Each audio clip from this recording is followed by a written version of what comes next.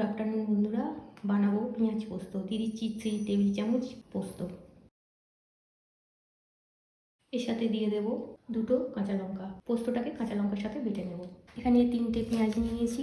পেঁয়াজগুলোকে এবার কুচিয়ে নেব। পেঁয়াজগুলোকে একটু মোটা মোটা করে কুচাবো। পেঁয়াজগুলো সব কুচানো হয়ে গেছে।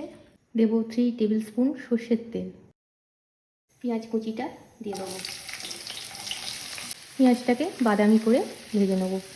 পোস্ত আর কাঁচা লঙ্কা বাটাটা দিয়ে দেবো। পোস্ত কাঁচা লঙ্কা বাটাতে যেটুকুনি জল লেগেছে সেই জলটাই দিচ্ছি, আর জল এতে আলাদা করে দেওয়া হবে না।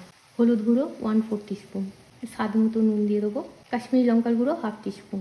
পোস্তটাকে পেঁয়াজের সাথে এইভাবেই ক্রমাগত নাড়াচাড়া করে নেবো। পোস্তর জলে পেঁয়াজটাও নরম হয়ে যাবে, পোস্তয় যে জলটা আছে সেটা শুকিয়ে যাবে। পেঁয়াজ পোস্ত রেডি। এরকম পেঁয়াজ পোস্ত সাদা ভাত কিংবা রুটির সাথে খেতে খুবই ভালো লাগে।